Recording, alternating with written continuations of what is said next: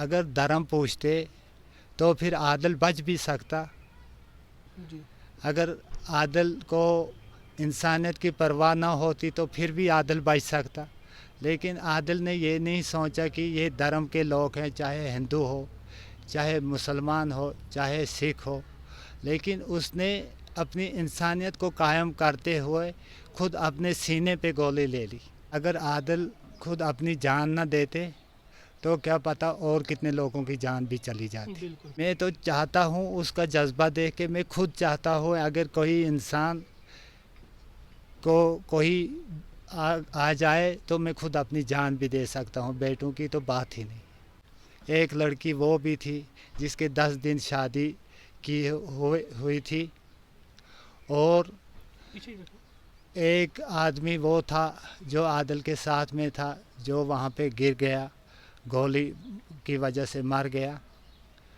तो फिर उसके ऊपर उसकी बीवी गिर पड़ी, जिसको आदिल ने उठाने और भगाने की कोशिश भी की।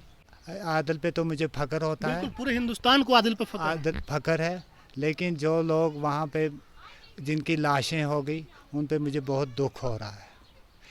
इस वक्त हम शहीद सैयद आदिल हुसैन के घर पर मौजूद हैं। आपको पता है कि पहलगाम में जो आतंकी घटना हुआ उसमें आदिल ने मेहमानों को बचाने के लिए अपनी जान दे दी। जब आतंकी धर्म पूछकर लोगों को मार रहे थे तब आदिल ने उनको रोका और उनसे कहा कि आप नहीं मारिए, मेरे मेहमान हैं। लेकिन आतंकियों ने एक ना सुनी और आदिल को भी गोली मार दी। आदिल शहीद हो चुके हैं और इस वक्त हम आदिल के घर पे मौजूद हैं। आदिल के अब्बू हैं, उनके 2 भाई जो उनसे छोटे हैं यहाँ पर मौजूद हैं। इनसे हम बात करेंगे कि सर क्या कहेंगे, आदिल साहब ने जिस तरीके से लड़ा, उनकी पूरी हर तरफ अब वो चर्चा हो रही है, क्या कहेंगे? आदिल ने तो जो सैयद आदिल है उसने तो इंसान सबसे पहले इंसानियत को कायम किया, क्योंकि इंसानियत से उसने जिन लोगों को बचाया वो तो इंसानियत ही है। बिल्कुल। हर इंसान के पास ये जज्बा होना चाहिए कि इंसानियत क्या है। तो आदिल ने जब वहाँ अपना ग्रुप लेके गया, तो जब इस ग्रुप पर हमला हुआ और गोलियां चली तो आदिल ने कई लोगों की जान भी बचा दी। क्या वजह है कि अगर आदिल खुद अपनी जान ना देते तो क्या पता और कितने लोगों की जान भी चली जाती। बिल्कुल। लेकिन लेकिन जो लोग मर गए, वहाँ पे शहीद हो गए, इससे तो मुझे फ़ख्र होता है, और आदिल पे तो मुझे फ़ख्र होता बिल्कुल, है, पूरे हिंदुस्तान को आदिल पे फ़ख्र है। आदिल फ़ख्र है। लेकिन जो लोग वहाँ पे जिनकी लाशें हो गई उन पे मुझे बहुत दुख हो रहा है, क्योंकि जैसे कि हमारा परिवार इस वक्त रो रो के मर रहा है, यहाँ में बाप उसका, माँ उसकी रो रो के मर रहे हैं कि हमारा क्या होगा। ऐसे वो लोग भी हैं जिनके किसी का बाप, किसी के भाई, किसी का बेटा होगा उनमें, वो भी खुद अपना सोचते होंगे कि ये हम क्या करेंगे। बिल्कुल। लेकिन उसने ये अच्छा किया कि इंसानियत को कायम रखा और लोगों की जान को बचाया। आपको कब पता चला कि आदिल अब नहीं रहा? आपने कंप्लेन भी किया, हमने अलग अलग चैनलों में देख चुके हैं हम, लेकिन फिर भी हम आपका एक्सपीरियंस जानना चाहें कि आपको कब पता चला कि आदिल शहीद हो गए हैं, और वो तो कैसे क्या हुआ था उस दिन की घटना के बारे में जरा बताएं।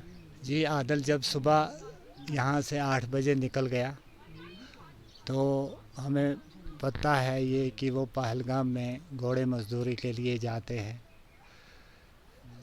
तो वो चला गया यहाँ से, फिर हम 2 बजे तक अपने काम में मसरूफ़ रहे, अपने घर में रहे, और 2 बजे जब हमने सुना कि वहाँ पे गोलियाँ चली और हालात बिगड़ गए, तो फिर आदिल के भाई ने वहाँ से फ़ोन किया कि वहाँ पे हालात ऐसे बिगड़ गए, आदिल आज आया है कि नहीं।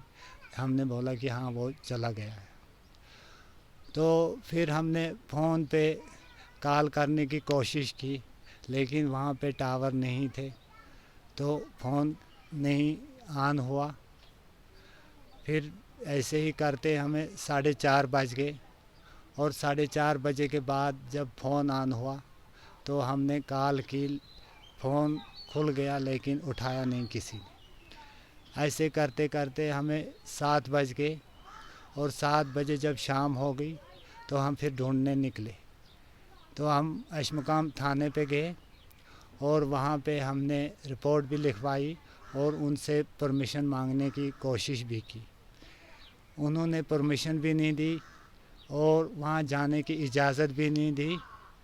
तो उन्होंने कहा कि आप घर वापस चले जाओ, जब कोई पता चलेगा तो हम आपको कॉल कर देंगे। लेकिन हम घर वापस आ गए। जब हम घर पहुँचे तो हमें इस दुख से कहीं उठने बैठने का कोई हिम्मत नहीं रही। तो फिर हम ऐसे तड़पते रहे।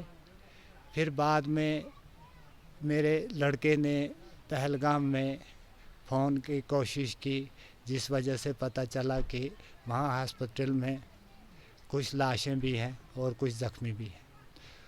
तो फिर थोड़ी देर के बाद वहाँ पे खुल गया तो ये 5-6 बंदे निकल गए यहाँ से कि हम जाके देखेंगे। और जब वहाँ पहुँचे तो वहाँ इनको पूरा पता चल गया कि आदिल की लाश यहीं पे है और जो और 25 आदमी हैं उनकी लाशें भी वहीं पे थी। तो फिर उन्होंने, हॉस्पिटल वालों ने उनको उसी वक्त श्रीनगर हॉस्पिटल में रवाना कर दिया और रात को वहीं पे रखा। तो फिर उन्होंने सुबह 11 बजे उसको यहाँ रवाना किया। तो फिर 1 बजे लाश हमें यहाँ मिली। अब तो आदिल साहब अल्लाह के करीब चल गए, अल्लाह उनको जन्नत नसीब फरमाए, लेकिन अब उनके जाने से आप लोगों को कितनी तकलीफ़ें हो रही हैं? सुने कि एक ही कमाने वाले घर में थे। जी, तकलीफ़ें तो हैं, ये आप भी खुद समझ रहे हो और सब लोग इस वक्त, सारा हिंदुस्तान समझ रहा है कि तकलीफ़ें किस किस्म की होती हैं, क्या होती है।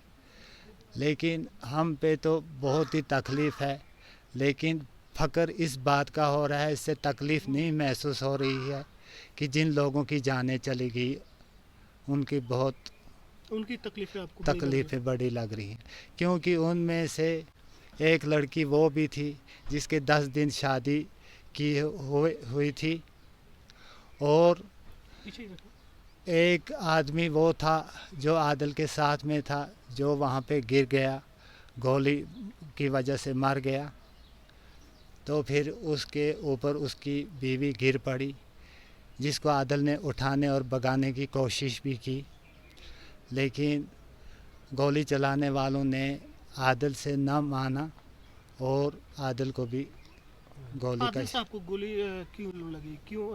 वहाँ तो जो खबरों में आ रहा है कि जात धर्म पूछ पूछ के मार रहे थे, फिर आदिल साहब को जी। गोली क्यों मार दी? अगर धर्म पूछते तो फिर आदिल बच भी सकता। जी। अगर आदिल को इंसानियत की परवाह ना होती तो फिर भी आदिल बच सकता। लेकिन आदिल ने ये नहीं सोचा कि ये धर्म के लोग हैं, चाहे हिंदू हो, चाहे मुसलमान हो, चाहे सिख हो, लेकिन उसने अपनी इंसानियत को कायम करते हुए खुद अपने सीने पे गोली ले ली। बिल्कुल। अच्छा, आपके और 2 नौजवान बेटे हैं, मेहमान नवाजी के लिए पूरा कश्मीर जाना जाता है, अगर देश के लिए ज़रूरत पड़े तो फिर आपको बिना परवाह किए इन बेटों को भी भेज देंगे बचाने के लिए? जी, मैं तो चाहता हूँ, उसका जज्बा देख के मैं खुद चाहता हूँ, अगर कोई इंसान को कोई आ जाए तो मैं खुद अपनी जान भी दे सकता हूँ। बेटों की तो बात ही नहीं। आप भी तैयार हैं? मैं भी तैयार हूँ। माशाल्लाह, अल्लाह आपको और हिम्मत दे, आप इस मुसीबत से लड़े। उनके 2 भाई यहाँ बैठे हैं, थोड़ी